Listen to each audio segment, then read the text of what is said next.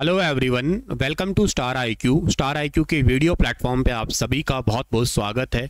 कैसे हैं आप सभी लोग? उम्मीद है प्यारे बच्चों आप लोग बहुत अच्छे होंगे। तो मेरे दोस्तों, आज के इस पर्टिकुलर सेशन में मैं आप लोगों को कुछ बताने वाला हूं RAS के बारे में, कैसे इसको प्रिपेयर किया जाए। वैसे तो आप लोगों ने इसके नोटिफिकेशन को अच्छे से पढ़ ही लिया होगा। आप में से बहुत सारे ऐसे बच्चे हैं जो प्रिपेयर कर रहे हैं स्टेट सिविल सर्विस एग्ज़ाम को, PCS एग्ज़ाम को, या किसी UPSC एग्ज़ाम के लिए भी आप लोग बैठे होंगे। किसी स्टेट एग्ज़ाम के लिए तैयारी कर रहे होंगे, या आप फिर main UPSC exam IAS exam है उसकी तैयारी तो खैर आप कर ही रहे होंगे, या कर रहे हैं, या आप करने की सोच रहे हैं। तो आपके लिए एक अच्छा अवसर हो सकता है, अच्छा पेपर हो सकता है। देखो, पहली तो बात मैं ये कहना चाहूँगा कि ये कोई बात मजाक की नहीं है।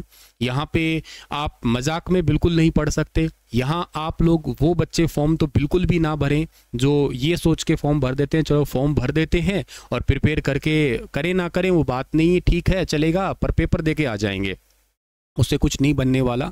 आपको पेपर की तैयारी बहुत ढंग से करनी पड़ेगी, सिस्टमेटिक पढ़ना पड़ेगा, क्योंकि आखिरकार है तो ये सिविल सर्विस एग्ज़ाम ही आपका। ये हरियाणा सिविल सर्विस एग्ज़ाम से थोड़ा सा डिफरेंट है इसका पैटर्न।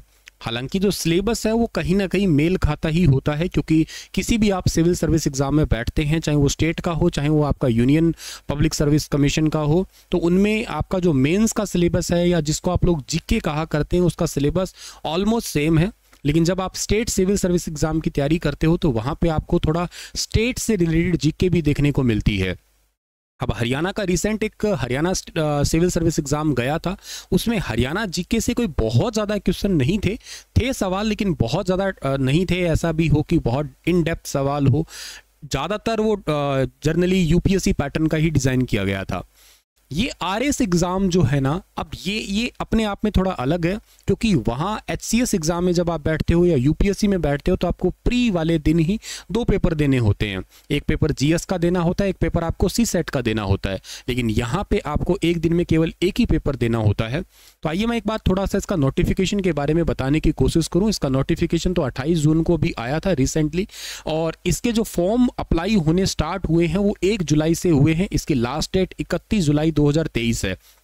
RAS के जो एडमिट कार्ड आने की पॉसिबिलिटी है, इन्होंने हालांकि कहा है कि इसका एग्जाम कब होगा, सितंबर अक्टूबर के अंदर होगा। हालांकि बीच में इन्होंने एक्सपेक्टेड लिख दिया है, ये टेंटेटिव डेट है। इट मे कि ये थोड़ा बहुत चेंज हो सकता है, पर फिर भी आप मान के चलें कि अगर आप लोग प्रिपरेशन करने की सोच रहे हैं तो आप लोग जुलाई से स्टार्ट करते हैं, तो जुलाई है आपके पास में, जुलाई के पास अगस्त है आपके पास, सितंबर है आपके पास में, और अक्टूबर में होता है, तो लगभग आपके पास 4 महीने हैं।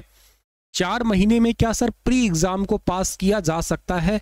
देखो, ऐसा है, साधारण तौर पे एक्स्ट्रा और डबल मेहनत अगर की जाए तो बिल्कुल किया जा सकता है। यकीनन प्री लेवल का तो किया ही जा सकता है। हालांकि ये एग्ज़ाम कोई ऐसा नहीं है कि मुंह उठा के कभी भी इसको दें और ये पास हो जाए।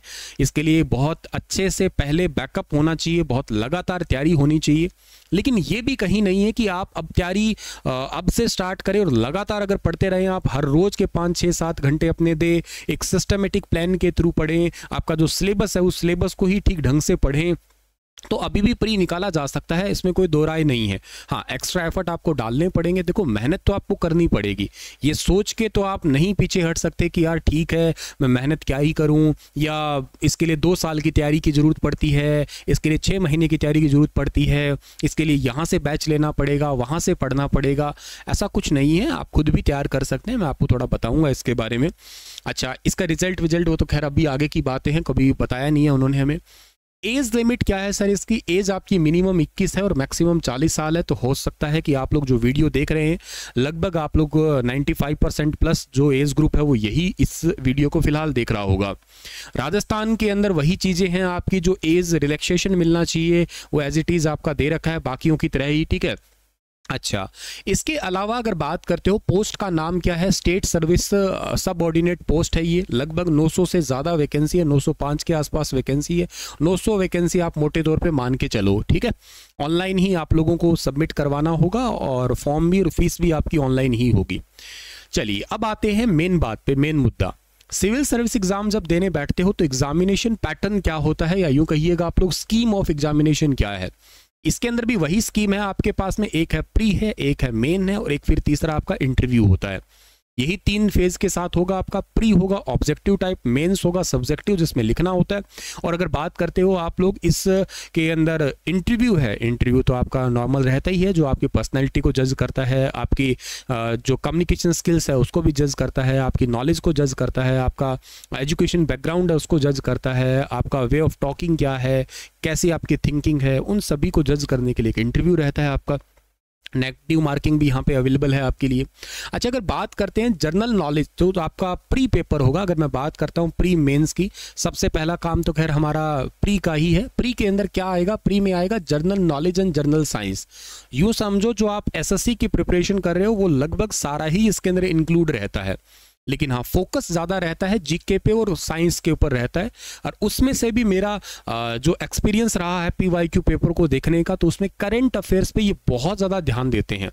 मुझे ऐसा लगता है कि करंट अफेयर्स को जिस बच्चे ने बहुत ढंग से प्रिपेयर किया हो, बहुत अच्छे से पढ़ा हो, कब तक के लगभग 24 महीने पहले के करंट अफेयर पढ़ने पड़ेंगे आपको यहाँ पे, क्योंकि सिविल सर्विस एग्जाम के लिए रिकमेंडेशन यही रहता है। उन 24 महीनों में से कुछ फिल्टर करना होता है। लाइक जैसे 6 महीने के करंट अफेयर हैं, वो जैसे मान लेते हैं कि 2 साल के करंट अफेयर हो गई आपके, तो उन 2 साल में से पिछला जो 1 साल है वो 1 साल या 6 महीने थोड़े आपके मेन पॉइंट होते हैं, और आगे का जो 1 साल है एग्जाम के पास वाला उसको थोड़ा ज़्यादा इन डेप्थ पढ़ना होता है।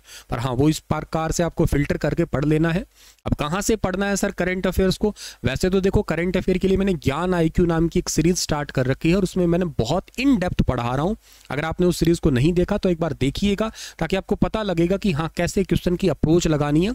टू द पॉइंट ही बता रहा हूँ मैं आपको हर चीज, और विल ट्राई कि मैं आप लोगों को इस एग्जाम से पहले जो बीते हुए साल के वेरी इंपॉर्टेंट पॉइंट जिस तरीके के एग्जाम में क्वेश्चन बन सकेंगे वो भी करवा दूंगा, और एकदम फ्री ऑफ कॉस्ट, उसका कोई ऐसा चार्ज नहीं होगा, यूट्यूब पे ही आपको मिल जाएगा वो, ठीक है। अच्छा, इसका जो पेपर होता है ना उसमें मार्क्स कितने रहते हैं? 200 मार्क्स रहते हैं। 3 घंटे का समय मिलता है आपको। 150 क्वेश्चन आते हैं इसमें, 150 क्वेश्चन आते हैं, और 200 जो है ना इसके अंदर मैक्सिमम मार्क्स देखने को मिलते हैं। ये प्री है। अगर किसी का प्री क्वालिफाई होता है, अगर मैं प्री की बात करता हूं, पहले तो प्री का जो सिलेबस आपको यहाँ पे दिया हुआ है देख लीजिएगा। ये है आपका प्री के अंदर ड्यूरेशन 3 आवर्स की रहती है, 200 मार्क्स है, 1/3 इसके नेगेटिव मार्किंग है, 150 क्वेश्चन इसके अंदर आते हैं, ठीक है। ये सब कुछ है। लेकिन सिलेबस की अगर बात करते हैं, वैसे तो मैंने कहा ना कि लगभग सब कुछ ही है इसमें शामिल, लेकिन अगर मोटे तौर पे सिलेबस को जज करें तो राजस्थान जीके तो देखो आएगी आएगी, ये तो नो डाउट आपको अच्छे से पता है कि जब आप किसी भी स्टेट सर्विस को देने की कोशिश करते हैं तो उसमें आपके उस स्टेट की जीके पूछी जाती है। करेंगे पढ़ेंगे तो इसको तो आप लोग पढ़ ही सकते हैं आसानी से। राजस्थान स्पेसिफिक पार्ट होगा जिसमें लिटरेचर है राजस्थान का culture, art and culture, history, ये थोड़ा सा काफ़ी इन डेप्थ पार्ट होता है वैसे राजस्थान की हिस्ट्री से रिलेटेड। ज्योग्राफी है राजस्थान की political science, economy, current affair Rajasthan के। लाइक जैसे आप हरियाणा के पढ़ते हो, हरियाणा के करंट अफेयर, हरियाणा की इकोनॉमी, हरियाणा की ज्योग्राफी, हरियाणा की हिस्ट्री, एज इट इज़ इसी स्टेट का भी आपको ये वाला पार्ट आपको कवर करना है। एंड जो एडिशनली ये जो है ये आप लोग लगभग हर एक एग्जाम के लिए प्रिपेयर करते हो, लेकिन यहाँ बड़ा सिस्टमेटिक और स्मार्ट अप्रोच के साथ करना होगा आपको कि किस तरीके से इसको किया जा सकता है। जैसे कि आपके पास में इंडियन हिस्ट्री की बात करते हैं, इंडियन हिस्ट्री के अंदर आपके 3 पार्ट है, प्राचीन है, मध्यकालीन है और आपका आधुनिक है, यानी कि मॉडर्न हिस्ट्री का पार्ट है। ज्योग्राफी है आपकी इंडिया की ज्योग्राफी, और कुछ टॉपिक आपके वर्ल्ड ज्योग्राफी के भी यहाँ पे अवेलेबल हैं। इसके अलावा इंडियन पॉलिटिकल सिस्टम है जिसके अंदर कॉन्स्टिट्यूशन है एंड गवर्नेंस है, इकोनॉमी है, इकोनॉमी के कंसेप्ट है और इंडियन इकोनॉमी है, साइंस एंड टेक्नोलॉजी है। इसके अलावा रीजनिंग एंड मेंटल एबिलिटी है और करंट अफेयर्स है। ये आपका रीजनिंग और मेंटल एबिलिटी वाला पार्ट जो आप लोग नॉर्मल पढ़ा करते हैं एसएससी बैंक एग्जाम की प्रिपरेशन अगर आपने थोड़ी बहुत भी की है तो आप लोग ईजिली हो भी जाएगा। सर मुझे मैथ नहीं आता, मुझे रीजनिंग नहीं आती, कोई बात नहीं, तो इस पार्ट को बिल्कुल छोड़ दे, इस पार्ट को तो भूल ही जा कि मेरे सिलेबस में ये है भी क्या। तो सर इसको छोड़ दूं तो क्या फिर भी मेरा प्री हो सकता है क्या? हाँ, इसको छोड़ दे, बाकियों को अगर बिल्कुल 100% स्ट्रांग कर ले, हो जाएगा, पक्का हो जाएगा, प्री हो जाएगा। मेंस के लिए तो देखो आपको भी पता है कि क्या चीजें हैं। ये बात मतलब ऐसा है कि इसके अगर 5-7 सवाल आते हैं तो कोई बात नहीं, बाकी के और सवालों पे पूरा फोकस करना है, वहां आपके मार्क्स ना कटने पाए, वहां आप अपनी 100% श्योरिटी रखें। ये बात मैं उनके लिए कह रहा हूं जिनका मैथ बिल्कुल भी कम मतलब नहीं है अच्छा और बहुत कमजोर है, और वो बच्चे अब फिलहाल के लिए न्यू एक्सपेरिमेंट करने लगे कि यार चलो मैं मैथ सीखना स्टार्ट करता हूं। रीजनिंग मेरे हिसाब से सबको ही आती है, लेकिन फिर भी मान लो कोई एक्सपेरिमेंट करने लग जाए इसमें तो वो वक्त बर्बाद करेगा इनके ऊपर, क्योंकि बाकी चीजें और भी तो हैं भाई, उन पे वक्त लगाओ इतना। जो जल्दी हो सकती है। हाँ, जिनको पहले से आता है मैथ और रीजनिंग, वो आपके जैसे इन सिलेबस के पढ़ते पढ़ते, ऐसा तो है नहीं कि सारा टाइम आप एक ही चीज़ पढ़ोगे, पढ़ते पढ़ते कई बार ऐसा होता है बोरियत सी महसूस हो या थक गए हो आप लोग, तो क्या कर सकते हैं आप लोग, इनके मॉक टेस्ट लगा सकते हैं। PYQ वगैरह है, कोई भी SSC का टेस्ट उठा के देख लीजिएगा, कोई भी मार्केट की बुक ले लीजिएगा। बस ये तो प्रैक्टिस करने का होता है, जितनी अच्छी आपकी प्रैक्टिस है उतनी आपकी स्पीड निकलेगी एग्जाम में। ये बेसिक चीज है। तो ये आपका प्री का सिलेबस है। अगर आपका प्री क्वालिफाई होता है तो इन्होंने कहा है कि मेंस के अंदर हम क्या बुलाएंगे, मेंस के अंदर हम लोग 15 टाइम्स बुलाएंगे, जितनी वैकेंसी है उसका 15 गुना जो है ना उनका प्री क्वालिफाई करवाएंगे, मतलब प्री वाला पेपर पास होगा एंड देन आपको एंट्री मिलेगी मेंस के अंदर। मेंस में आपके पास में यहाँ पे 4 सब्जेक्ट होंगे, paper 1, paper 2, paper 3 and paper 4, जिसमें जनरल स्टडीज 1, 2, 3 है और एक आपका जनरल हिंदी एंड इंग्लिश रहेगा।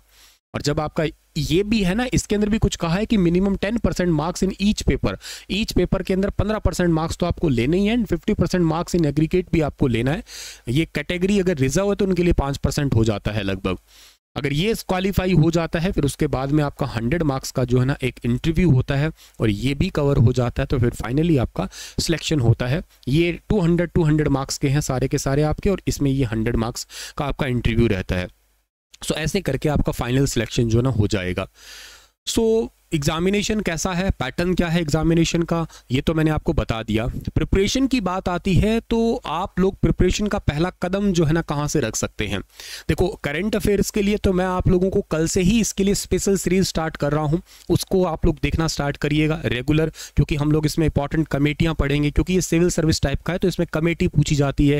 ये कमेटी कब बनी, क्यों बनी, किससे रिलेटेड कमेटी है, इन पर बहुत सारे सवाल देखने को मिलते हैं। रैंकिंग पे बहुत सारे सवाल मिलते हैं, अवार्ड्स पे बहुत सारे सवाल मिलते हैं, इन डेप्थ मिलते हैं, नॉर्मल नहीं मिलते, इन डेप्थ सवाल मिलते हैं आपके, वन लाइनर टाइप के नहीं मिलते हैं जनरली, ठीक है ना। बाकी जो सब्जेक्ट्स हैं, बाकी सब्जेक्ट की आपको पता है कि एक स्टैंडर्ड बुक्स है, वो स्टैंडर्ड बुक्स के अलावा आप महेश कुमार बर्णवाल की किताबें भी ले सकते हो, वहां से भी मुझसे जितनी मदद हो पाएगी मैं जरूर करूंगा, इसके लिए मैं प्लान कर रहा हूं। पर फिलहाल के लिए आपको ये एग्जामिनेशन क्या था, आप प्रिपरेशन कर सकते हैं इसके लिए, ठीक है ना। तो शुक्रिया डियर, राधे राधे, तैयारी करते रहिएगा। आप सभी को बहुत बहुत नमस्कार।